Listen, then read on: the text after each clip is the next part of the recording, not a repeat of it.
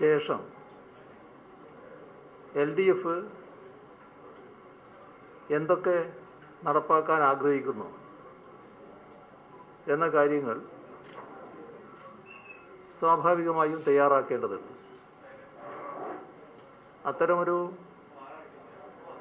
തെരഞ്ഞെടുപ്പ് പ്രകടന പത്രിക തയ്യാറാക്കുന്നതിന്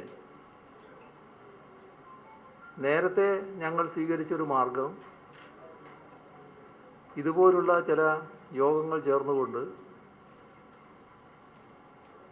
നാടിൻ്റെ വിവിധ തുറകളിൽ നിന്നുള്ള അഭിപ്രായങ്ങൾ ശേഖരിക്കലായിരുന്നു. അതാണ് ഇപ്പോൾ വീണ്ടും ചെയ്യുന്നത്. നമ്മുടെ നാടിൻ്റെ വികസനവുമായി ബന്ധപ്പെട്ട് വിവിധ അഭിപ്രായങ്ങൾ, ആശയങ്ങൾ ഉണ്ടാകും. അവ ശേഖരിക്കാനാണ് നാടിൻ്റെ വിവിധ തുറകളിലുള്ള വിദഗ്ധരെ അടക്കം വിളിച്ചുകൂട്ടി കാര്യങ്ങൾ ചർച്ച ചെയ്യുന്നത്. പക്ഷേ നമുക്കറിയാം, നല്ല രീതിയിൽ കേരളത്തിൽ കാര്യങ്ങൾ നിർവഹിക്കാൻ സർക്കാരിന് കഴിഞ്ഞിട്ടുണ്ട്. ഒരു നവകേരളം സൃഷ്ടിക്കുക എന്ന ലക്ഷ്യത്തോടെയാണ് ഇപ്പോൾ നാം പ്രവർത്തിച്ചുകൊണ്ടിരിക്കുന്നത്. അപ്പോൾ അതുകൊണ്ട് തന്നെ മുന്നോട്ട് കുതിക്കാനുള്ള ആത്മവിശ്വാസം LDFനും സർക്കാരിനും ഉണ്ട് എന്നുള്ളതാണ് വസ്തുത. അപ്പോൾ ആ വികസന കുതിപ്പിന് ദിശാബോധം നൽകാൻ ഇത്തരം കാഴ്ചപ്പാടുകൾ, വിവിധ വിഭാഗങ്ങളുടെ കാഴ്ചപ്പാടുകൾ സഹായിക്കും. ഇപ്പോൾ പ്രാദേശികമായ ഒട്ടേറെ സവിശേഷതകൾ കാണും, സമൂഹത്തിൻ്റെ പ്രത്യേകതകളുണ്ടാവും. അവയ്ക്കെല്ലാം അനുസരിച്ച് ഈ കാഴ്ചപ്പാടുകൾ രൂപപ്പെടുത്തേണ്ടതായിട്ടുണ്ട്. അപ്പോൾ അത്തരം കാര്യങ്ങൾ മനസ്സിലാക്കുക, അതിന് മുൻഗണന നിശ്ചയിച്ച് കർമ്മ പദ്ധതി തയ്യാറാക്കുക. ഇതാണ് LDF എല്ലാ ഘട്ടത്തിലും ശ്രദ്ധിച്ചിട്ടുള്ളത്. ഇപ്പോൾ മുൻകാലത്ത് നടത്തിയ കേരള പഠന കോൺഗ്രസ്സുകളുണ്ട്, സംസ്ഥാനതല ജാഥകളും അതിൻ്റെ ഭാഗമായി ശേഖരിച്ച അറിവുകളുമുണ്ടായിരുന്നു. ഇതെല്ലാം ഇത്തരത്തിലുള്ള മുൻകൈകളായിട്ടാണ് കാണേണ്ടത്. ഇപ്പം നാം കോവിഡ് ഭീഷണി നേരിട്ടുകൊണ്ടിരിക്കുന്ന ഘട്ടമാണ്. അതുകൊണ്ട് തന്നെ വിപുലമായ പരിപാടികൾ പ്രായോഗികമല്ല. പക്ഷേ സമൂഹത്തിൻ്റെ അഭിപ്രായങ്ങൾ മനസ്സിലാക്കൽ പ്രധാനമാണ്. അത് മനസ്സിലാക്കിയല്ലാതെ ഭാവി കേരളത്തിന് വേണ്ട രൂപരേഖ ശരിയായ രീതിയിൽ പൂർണ്ണതയിലെത്തിക്കാനാവില്ല. അത്തരമൊരു പശ്ചാത്തലത്തിലാണ് ചുരുങ്ങിയ ദിവസങ്ങൾ കൊണ്ട് എല്ലാ ജില്ലകളിലുമെത്തി വ്യത്യസ്ത മേഖലകളിൽ പ്രാഗൽഭ്യം തെളിയിച്ചവരെ ഇത്തരത്തിൽ പങ്കെടുപ്പിച്ചുകൊണ്ട് സംവദിക്കാൻ തീരുമാനിച്ചത്. കേരള പര്യടനം എന്ന പേരാണ് ഇതിന് ഇട്ടത്. ഈ മാസം 22-നാണ് ഇത് ആരംഭിച്ചത്.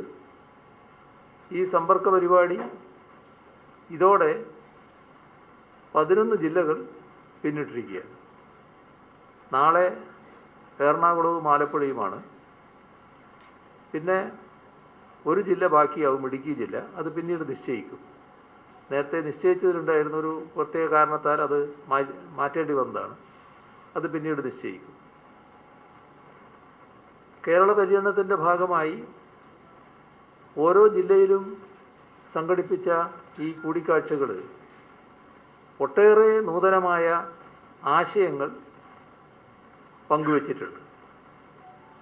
ഊർജ്ജസ്വലതയും ശുഭാപ്തി വിശ്വാസവും നിറഞ്ഞ ചർച്ചകളാണ്. അത്തരം ചർച്ചകളാൽ സമ്പന്നമായിരുന്നു എന്ന് തന്നെ പറയും.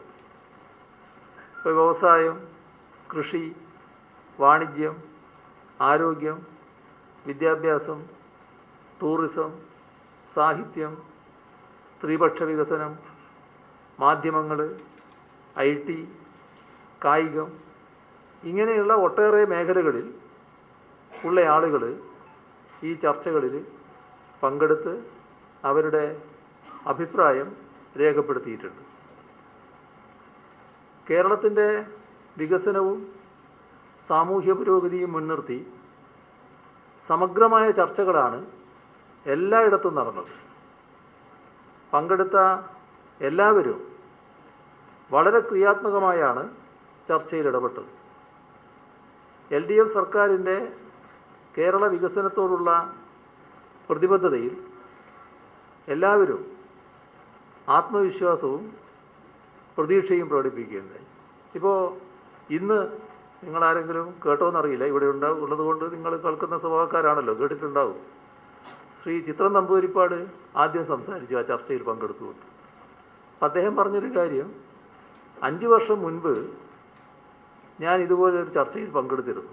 അത് ശരിയാണ്, ഇവിടെ ഒരു ചർച്ചയുണ്ടായിരുന്നു. ആ ചർച്ചയിൽ അദ്ദേഹം ഉന്നയിച്ചത് വിദ്യാഭ്യാസ കാര്യങ്ങളായിരുന്നു. അബ്ദുൽ കലാമിൻ്റെ, നമ്മുടെ അന്തരിച്ചുപോയ പ്രസിഡന്റ് അബ്ദുൽ കലാമിൻ്റെ ചില അഭിപ്രായങ്ങളടക്കം ഉദ്ധരിച്ചുകൊണ്ടായിരുന്നു അദ്ദേഹം പറഞ്ഞിരുന്നത്.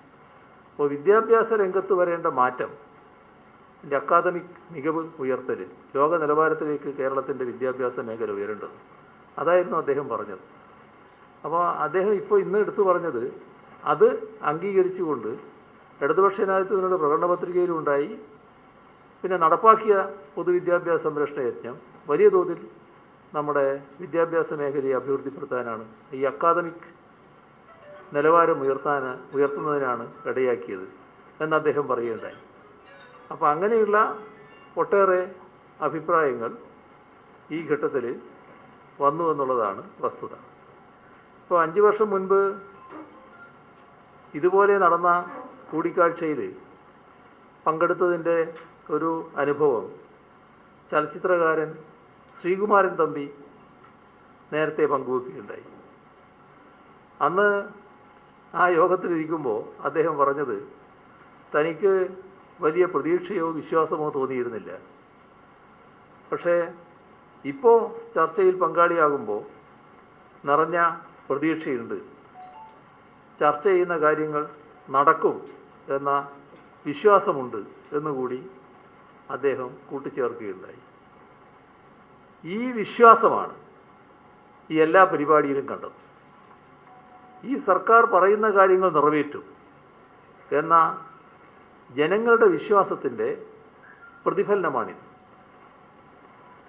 മന്ത്രിമാർ, ഇടതുപക്ഷ ജനാധിപത്യ മുന്നണിയുടെ മുതിർന്ന നേതാക്കൾ, അവരൊക്കെ ഈ പരിപാടികളിൽ സജീവമായി തന്നെ പങ്കെടുത്തു. മിക്കവാറും എല്ലാ ജില്ലകളിലും ഉയർന്നു വന്ന ഒരാവശ്യം ഉന്നത വിദ്യാഭ്യാസ നിലവാരം മെച്ചപ്പെടുത്തുക എന്തായിരുന്നു. ലോക നിലവാരത്തിലുള്ള വിദ്യാഭ്യാസ രീതിയും അടിസ്ഥാന സൗകര്യങ്ങളും ഉന്നത വിദ്യാഭ്യാസ മേഖലയിൽ അനിവാര്യമാണ് എന്ന് പലരും ചൂണ്ടിക്കാണിച്ചു. പങ്കെടുത്തവരിൽ വൈസ് ചാൻസലർമാർ വരെയുണ്ട്.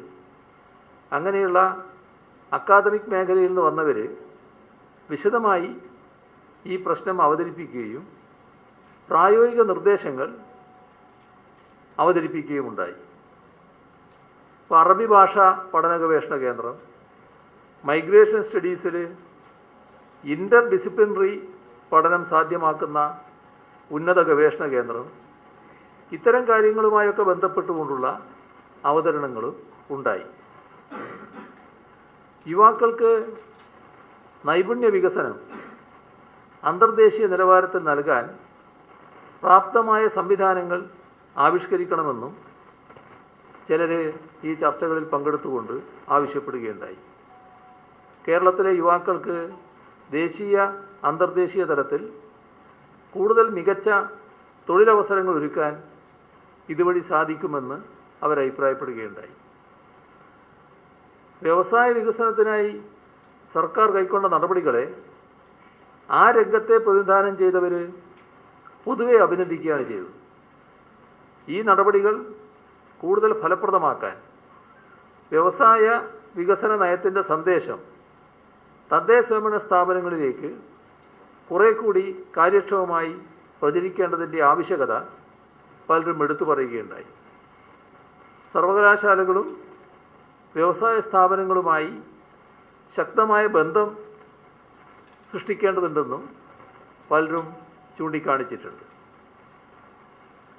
ഇപ്പോൾ റബ്ബർ വില, കാപ്പി മേഖല നേരിടുന്ന പ്രതിസന്ധി, കോൾഡ് ചെയിനുകൾ സ്ഥാപിക്കൽ, ഫ്ലോറിക്കൾച്ചർ, ഇങ്ങനെ ഒട്ടനവധി വിഷയങ്ങൾ കാർഷിക മേഖലയുമായി ബന്ധപ്പെട്ടുകൊണ്ട് ചർച്ചയ്ക്ക് വിഷയീഭവിച്ചു.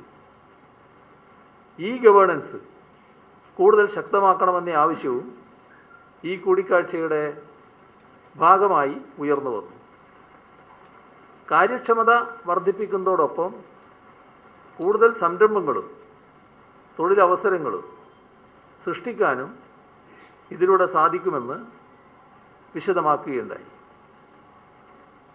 കോവിഡ് മഹാമാരി തീർത്ത പ്രതിസന്ധിയിൽപ്പെട്ട് ഉഴലുന്ന ടൂറിസം മേഖലയെ പുനരുജ്ജീവിപ്പിക്കാനും കൂടുതൽ സുഭദ്രമാക്കാനും ഉതകുന്ന നിർദ്ദേശങ്ങളും ചർച്ചയുടെ ഭാഗമായി ഉണ്ടായി. സാമൂഹിക ഉത്തരവാദിത്വവും പരിസ്ഥിതി സൗഹൃദവും മുറുകെ പിടിച്ചുകൊണ്ട് വിനോദസഞ്ചാര മേഖലയെ മുന്നോട്ട് നയിക്കാൻ സഹായകമായ ആശയങ്ങൾ ഒട്ടേറെ ഉരുത്തിരിഞ്ഞു വരികയുണ്ടായി. വടക്കൻ ജില്ലകളിലെ ജലാശയങ്ങളുടെ വിനോദസഞ്ചാര സാധ്യതകൾ ഉപയോഗപ്പെടുത്തുന്നതുമായി ബന്ധപ്പെട്ട്, അതേപോലെ തന്നെ വയനാടിനെ സുരക്ഷിത വിനോദസഞ്ചാര കേന്ദ്രമായി മാറ്റുന്നതിനെക്കുറിച്ച്, ഇങ്ങനെയുള്ള കാര്യങ്ങളെക്കുറിച്ചൊക്കെ വിശദമായ അവതരണങ്ങളും ഉണ്ടായി. ആരോഗ്യ മേഖലയിൽ ആർദ്രം മിഷൻ കൈവരിച്ച നേട്ടങ്ങളെക്കുറിച്ച് മികച്ച പരാമർശങ്ങളാണ് ചർച്ചയിലുണ്ടായത്. എമർജൻസി മെഡിസിൻ, ട്രോമ കെയർ, വയോജനങ്ങൾക്കായുള്ള ആരോഗ്യ സംവിധാനങ്ങൾ തുടങ്ങിയ വിഷയങ്ങളിൽ ക്രിയാത്മകമായ നിർദ്ദേശങ്ങൾ ഉയർന്നു വന്നു. മാലിന്യമുക്ത കേരളം എന്ന ആശയം ശക്തമായി ഉന്നയിക്കപ്പെട്ടു. മലിനജല സംസ്കരണം, അതേപോലെ തന്നെ സ്യൂവറേജ് സിസ്റ്റം, സെപ്റ്റേജ് സൗകര്യങ്ങൾ, ഇങ്ങനെയുള്ള ശാസ്ത്രീയമായ മാലിന്യ നിർമ്മാർജ്ജന മാർഗങ്ങൾ പലരും അവതരിപ്പിക്കുകയുണ്ടായി. അതോടൊപ്പം ഉയർന്നു വന്നത് സമുദ്ര ഉൾനാടൻ ജലാശയ ഗതാഗതവുമായി ബന്ധപ്പെട്ട ആശയങ്ങൾ തീരദേശ ജില്ലകളിൽ നിന്നും വലിയ തോതിൽ ഉയർന്നു വന്നു. അഴീക്കൽ, ബേക്കൽ, ബേപ്പൂർ, കോട്ടയം, കൊല്ലം ഇവിടങ്ങളിലെ തുറമുഖ വികസനവുമായി ബന്ധപ്പെട്ട അഭിപ്രായ നിർദ്ദേശങ്ങളും ഈ ചർച്ചകളിലൂടെ ലഭ്യമായി. ആദിവാസി മേഖലയിലെ വികസനവും ചർച്ചാ വിഷയമായി. കലാകായിക മേഖലകളിൽ നടത്തേണ്ട നിരവധി പ്രവർത്തനങ്ങളും സജീവമായി ചർച്ച ചെയ്യപ്പെട്ടു. മനുഷ്യരും വന്യമൃഗങ്ങളും തമ്മിലുള്ള സംഘർഷം പരിഹരിക്കുന്നതിന് കൂടുതൽ ഫലപ്രദവും ശാസ്ത്രീയവുമായ ഇടപെടൽ ആവശ്യമാണെന്ന നിർദ്ദേശങ്ങളും ഉയരുകയുണ്ടായി. കേരളത്തിലെ നദികളെ മാലിന്യമുക്തമാക്കി പുനരുജ്ജീവിപ്പിച്ചുകൊണ്ട് അവയുടെ മനോഹാരിത വീണ്ടെടുക്കുന്നത് ടൂറിസം മേഖലയ്ക്ക് വലിയ നേട്ടമായി തീരും എന്ന് പൊതുവായി തന്നെ അഭിപ്രായം ഉയരുകയുണ്ടായി. ഒരിടത്ത് മാത്രമല്ല, പലയിടങ്ങളിൽ ആ അഭിപ്രായം ഉയർന്നു വന്നു. ആദിവാസി മേഖലയിൽ വിദ്യാഭ്യാസം, ആരോഗ്യം, നൈപുണ്യ വികസനം, തൊഴിൽ, ഇത്തരത്തിൽ മാനവികമായ വികസനത്തിനാവശ്യമായ സമഗ്രമായ ഇടപെടലുകൾ കൂടുതൽ മികച്ചതാക്കാൻ സാധ്യമായ നിർദ്ദേശങ്ങളും ചർച്ചയുടെ ഭാഗമായി ഉയർന്നു വന്നു. ജനസംഖ്യാനുപാതികമായി നോക്കിയാൽ വയോജനങ്ങളുടെ എണ്ണം ഏറ്റവും കൂടുതലുള്ള സംസ്ഥാനമാണ് കേരളം. അവരുടെ ക്ഷേമപ്രവർത്തനങ്ങൾ കൂടുതൽ മെച്ചപ്പെടുത്തുന്നതിനാവശ്യമായ പദ്ധതികളെക്കുറിച്ചുള്ള ആശയങ്ങൾ പങ്കുവെക്കപ്പെട്ടു. അതോടൊപ്പം ഭിന്നശേഷി വിഭാഗത്തിൽപ്പെടുന്നവർക്കായി ആധുനിക സാങ്കേതിക വിദ്യകൾ ഉപയോഗിച്ചുള്ള ഉപകരണങ്ങളും സൗകര്യങ്ങളും ഏർപ്പാടാക്കണം എന്ന നിർദ്ദേശവും ഉയർന്നു വന്നു. സ്ത്രീ ശാക്തീകരണവുമായി ബന്ധപ്പെട്ട് മികച്ച ചർച്ചകളാണ് നടന്നത്. സ്ത്രീകൾ നേരിടുന്ന പ്രശ്നങ്ങൾ സ്വമേധയാ തിരിച്ചറിഞ്ഞുകൊണ്ട് അവയെക്കുറിച്ച് ജനങ്ങൾക്കിടയിൽ ബോധവൽക്കരണം നടത്തുന്ന തരത്തിൽ വനിതാ കമ്മീഷൻ്റെ പ്രവർത്തനം വിപുലീകരിക്കണം എന്ന അഭിപ്രായം ചിലർ പങ്കുവച്ചു. കലാകായിക മേഖലകളിൽ നടത്തേണ്ട നിരവധി പ്രവർത്തനങ്ങളും സജീവമായി ചർച്ച ചെയ്യപ്പെട്ടു. സ്പോർട്സ് പരിശീലനത്തിനാവശ്യമായ ആധുനിക സംവിധാനങ്ങളും അതുപോലെ തന്നെ പൊതുജനങ്ങളുടെ ശാരീരികാരോഗ്യം മെച്ചപ്പെടുന്നതിനാവശ്യമായ സൗകര്യങ്ങളും മികച്ച രീതിയിൽ സജ്ജമാക്കാനും അതുവഴി ഒരു കായിക സംസ്കാരം സൃഷ്ടിക്കാൻ സാധിക്കണമെന്നും ആ മേഖലയിൽ നിന്നുള്ളവർ അഭിപ്രായപ്പെട്ടു. മറ്റൊരു നിർദ്ദേശം വന്നത് പ്രശസ്ത സാഹിത്യകാരന്മാരുടെ ജീവിതത്തെയും സാഹിത്യ സംഭാവനകളെയും കുറിച്ചുള്ള ഓർമ്മകൾ സജീവമായി നിലനിർത്തുന്ന ഫലപ്രദമായ പദ്ധതികൾ ആവിഷ്കരിക്കണമെന്നതാണ്. മതേതരമായ പുതിയ ആഘോഷങ്ങൾ കേരളത്തിൽ കൂടുതലായി ഉയർന്നു വരേണ്ടതിൻ്റെ ആവശ്യകതയും വിശദീകരിക്കപ്പെട്ടു. കേരളത്തിൻ്റെ സാഹിത്യ ലോകത്തിലൂടെ വിനോദസഞ്ചാരികൾക്ക് യാത്ര ചെയ്യാൻ സാധിക്കുന്ന ടൂറിസം ആശയം പങ്കുവെക്കപ്പെട്ടിട്ടുണ്ട്. കേരളത്തിൻ്റെ സമഗ്രമായ വികസനത്തിന് ഉപോത്ബലമാകുന്ന നിർദ്ദേശങ്ങളും പുത്തനാശയങ്ങളും ഈ കൂടിക്കാഴ്ചകളുടെ ഭാഗമായി ഉയർന്നു. സമൂഹത്തിൻ്റെ ആവശ്യങ്ങളും പ്രതീക്ഷകളും നിറവേറാൻ സഹായകമായ ഊർജവും ദിശാബോധവും അവ സമ്മാനിച്ചു. നേരിട്ട് വന്ന് അഭിപ്രായം പ്രകടിപ്പിച്ച പലരും വിശദമായ കുറിപ്പുകൾ നൽകിയിട്ടുണ്ട്. പ്രോജക്റ്റ് തയ്യാറാക്കി നൽകിയ നിരവധി പേരുമുണ്ട്. കോവിഡ് കാലമായതിനാൽ എല്ലാവരുമായും കൂടിക്കാഴ്ചക്ക് കഴിഞ്ഞിട്ടില്ല. നേരിട്ടെത്താൻ കഴിയാത്തവരുമുണ്ട്. അവരുടെയാകെ വിലപ്പെട്ട നിർദ്ദേശങ്ങൾ മനസ്സിലാക്കാൻ ഉദ്ദേശിക്കുന്നുണ്ട്. അതിനായി ഓൺലൈൻ മുഖേന നിർദ്ദേശങ്ങൾ ലഭ്യമാക്കാൻ സൗകര്യമൊരുക്കും. അതോടൊപ്പം തപാൽ അയക്കുകയും ചെയ്യാം. ഇടതുപക്ഷ ജനാധിപത്യ മുന്നണി നിയമസഭാ തെരഞ്ഞെടുപ്പിന് മുന്നോടിയായി തയ്യാറാക്കുന്ന പ്രകടന പത്രികയിൽ ഈ നിർദ്ദേശങ്ങളും അഭിപ്രായങ്ങളും പ്രതിഫലിപ്പിക്കും എന്ന ഉറപ്പാണ് ഇവിടങ്ങളിലെല്ലാം നൽകിയിട്ടുള്ളത്. ഈ പരിപാടികളിൽ പങ്കെടുക്കുകയും അഭിപ്രായം രേഖപ്പെടുത്തുകയും ചെയ്തവരുടെ പേരുകളാകെ ഇവിടെ പറയുന്നില്ല. LDF-നോട് നേരത്തെ അകലം പാലിച്ചു നിന്നവരടക്കം അക്കൂട്ടത്തിലുണ്ടായിരുന്നു എന്നത് ഇവിടെ ഓർക്കുകയാണ്. UDF-നെ എക്കാലത്തും സഹായിച്ചവരും ഈ കൂട്ടത്തിലിട്ട്. അവരാകെ പൂർണ്ണ വിശ്വാസത്തോടെയാണ് നിർദ്ദേശങ്ങൾ അവതരിപ്പിച്ചത്. അത് വലിയ അളവിൽ ഊർജം പകരുന്ന അനുഭവമാണ്. മറ്റൊരു കാര്യം അറിയിക്കാനുള്ളത്, നെയ്യാറ്റിൻകരയിൽ ഒരു മരണം സംഭവിച്ചല്ലോ. ഈ ഒഴിപ്പിക്കാൻ ചെന്നപ്പോൾ ദമ്പതികൾ തീയിട്ട് മരിക്കുന്ന നിലയുണ്ടായല്ലോ. അപ്പോൾ അത് അങ്ങനെയൊരു ബന്ധു മരിക്കാനിടയായ സംഭവം അത്യന്തം ദുഃഖകരമായ ഒന്നാണ്. അവർക്ക് കുട്ടികളുണ്ട്, വീടിൻ്റെതാണ് പ്രശ്നം. അപ്പോൾ ആ കുട്ടികൾക്ക് വീട് വെച്ച് നൽകാനും അവരുടെ വിദ്യാഭ്യാസ ചെലവ് ഏറ്റെടുക്കാനും ആവശ്യമായ നിർദ്ദേശം നൽകിയിട്ടുണ്ട്.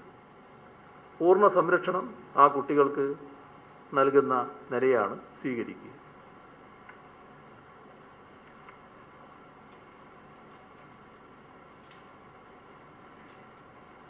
കൂറ്റനാട് വാളയാർ ഗെയിൽ പദ്ധതി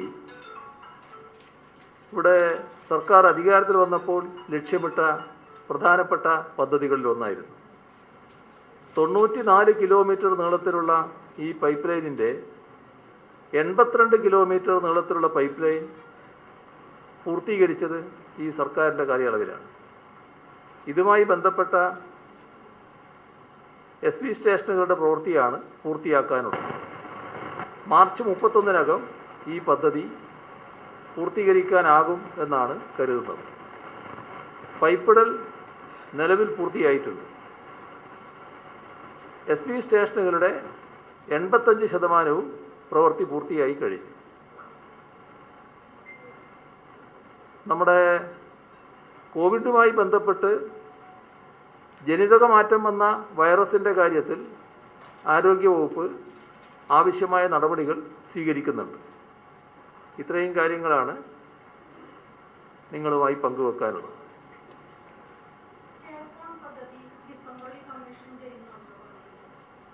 അതെ, ഇത് നമ്മുടെ എല്ലാവരെയും ബാധിച്ച കാര്യമാണല്ലോ ഈ പറഞ്ഞ കോവിഡ്. കുറേ കാലം നമ്മൾ അടച്ചിരിക്കേണ്ടി വന്നല്ലോ. അതുകൊണ്ട് ഇപ്പോഴത് ഉദ്ദേശിക്കുന്നത് കുറച്ച് വൈകും എന്നുള്ളതാണ്. എന്നാൽ വേഗം തന്നെ അതിൻ്റെ ആദ്യഘട്ടം പൂർത്തീകരിക്കാനാവുമെന്നാണ് കരുതുന്നത്. ഓ, എൻ്റെ ശ്രദ്ധയിലില്ല അത്.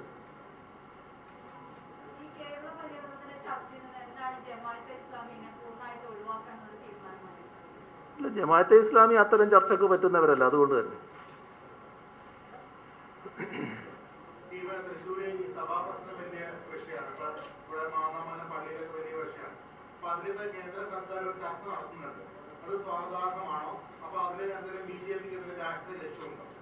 അങ്ങനെയൊന്നും അതിനെ കാണാൻ പറ്റില്ലല്ലോ. ഇപ്പോൾ ഇത് നമ്മുടെ സംസ്ഥാനത്തെ ഗൗരവമായൊരു വിഷയമല്ലേ അത്. ഇവിടെ നേരത്തെ തന്നെ പരസ്യമായിട്ടൊന്നും ഞാൻ പറഞ്ഞിട്ടില്ല, പക്ഷേ നമുക്കെല്ലാവർക്കും അറിയാവുന്നതുപോലെ വലിയ ക്രമസമാധാന പ്രശ്നമായിട്ട് തന്നെ വരുന്നൊരു പ്രശ്നമാണത്.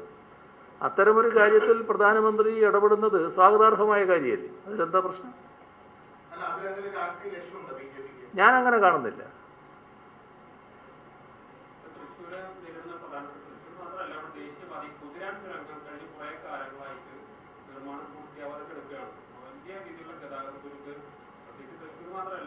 ആ പ്രശ്നം നാഷണൽ ഹൈവേ അതോറിറ്റിയുമായും കേന്ദ്ര ഗവൺമെൻറ്റുമായും ഞങ്ങൾ ചർച്ച ചെയ്തായിരുന്നു.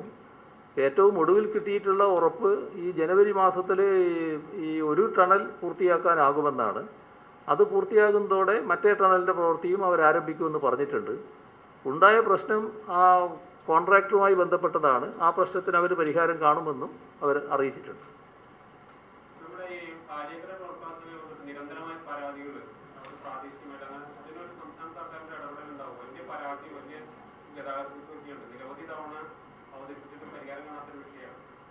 അത് ജില്ലാ ഭരണാധികാരികളുമായി ബന്ധപ്പെട്ട് എന്നിട്ട് പറയാം എന്താണെന്നുള്ളത്.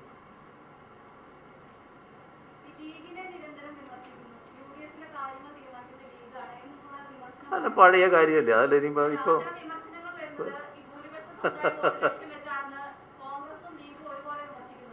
അല്ല, അതെല്ലാം പഴയ കാര്യമല്ലേ. അതിലേക്ക് വീണ്ടും വീണ്ടും ഇങ്ങനെ പറഞ്ഞുകൊണ്ടിരിക്കേണ്ട കാര്യമില്ല.